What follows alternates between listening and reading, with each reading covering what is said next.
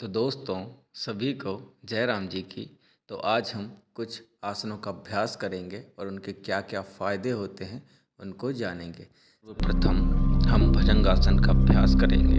भुजंगासन का अभ्यास करने के लिए पेट के बल लेट जाएं, टांगें जुड़ी हुई हों, हाथों को कोहनी से मोड़कर हथेलियां जमीन पर कंधों के समानांतर टिकी हों, मस्तक जमीन पर टिका हुआ। अब श्वास को शरीर में भरते हुए हाथों की सहायता से शरीर के अगर धड़ को ऊपर की ओर उठाएंगे। यह तब तक ऊपर उठाते रहें जब तक कि आप इस स्थिति में ना पहुंच जाएं कि रीढ़ की हड्डी बीच से मुड़ती महसूस होने लगे। इस स्थिति में 2-3 गहरी सांस लें, फिर सांस छोड़ते हुए धीरे धीरे नीचे आएं। तो दोस्तों, अब हम भुजंगासन के लाभ के बारे में जानते हैं। भुजंगासन अनेक शारीरिक विकारों से छुटकारा दिलाता है। पेट के अंग शक्तिशाली बनते हैं। ऋतुस्राव की परेशानियां तथा कब्ज दूर होती है। रीढ़ की हड्डी पीछे की ओर खिंचाव पाकर लचीली तथा सुदृढ़ बनती है। हृदय रोग में विशेष लाभकारी है यह आसन। इस आसन से गुर्दों को अत्यंत लाभ पहुंचता है।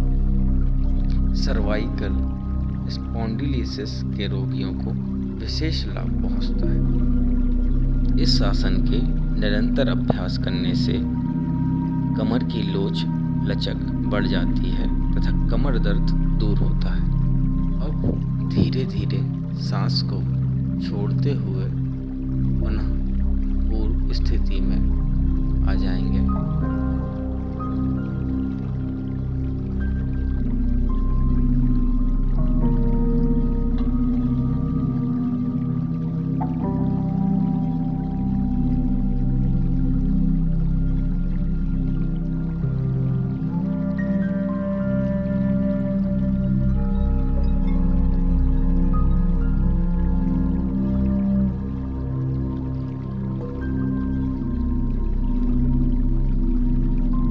तो दोस्तों, अब हम जानु सिरासन का अभ्यास करेंगे।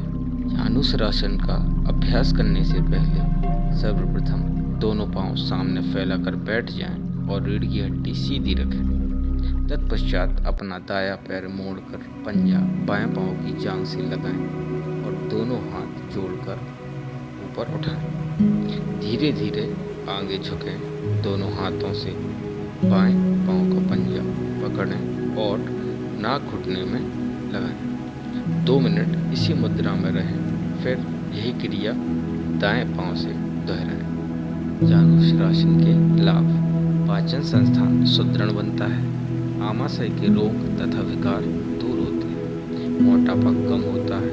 कमर लचकदार बनती है। बढ़े हुए पेट को भीतर करता है। मधुमेह के रोगियों के लिए लाभप्रद है। श्वास संस्थान के दोष दूर करता है। घुटनों, जांघों और टखनों की जोड़ पुष्ट होकर सुडौल बनते हैं। वीर्य संबंधी दोष दूर होते हैं। अब वापस धीरे धीरे सांस भरते हुए पुनः पूर्व स्थिति में आ जाएं। तो अब हम पश्चिमोत्तानासन का अभ्यास करेंगे। सर्वप्रथम धरती पर बैठ जाएं और अपने दोनों हाथ बिल्कुल सीधे ऊपर उठा लें। हाथों को जितना खींच सकें ऊपर की ओर खींचें। इस मुद्रा में आपके पांव के पंजों का रुख ऊपर की ओर होना चाहिए।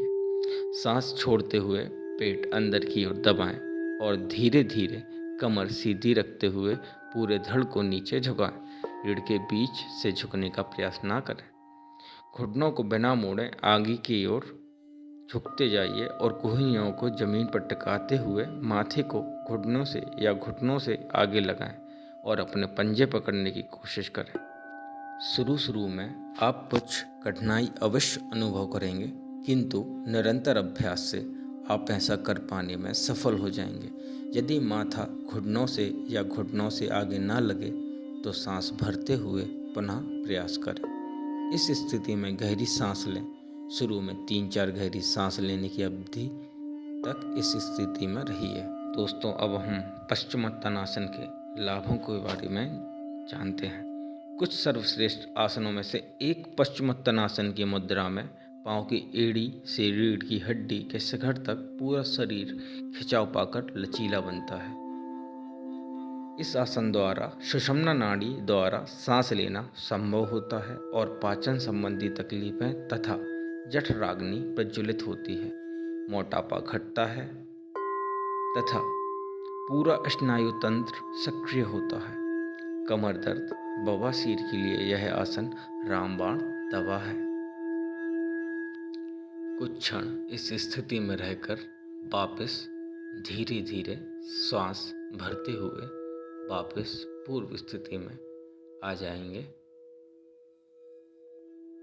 और अगर आपने हमारा अभी तक चैनल सब्सक्राइब नहीं किया है तो प्लीज़ सब्सक्राइब कर लो यार। और अगर आपको वीडियो इन्फॉर्मेटिव लगे तो please like, comment and share. Thank you.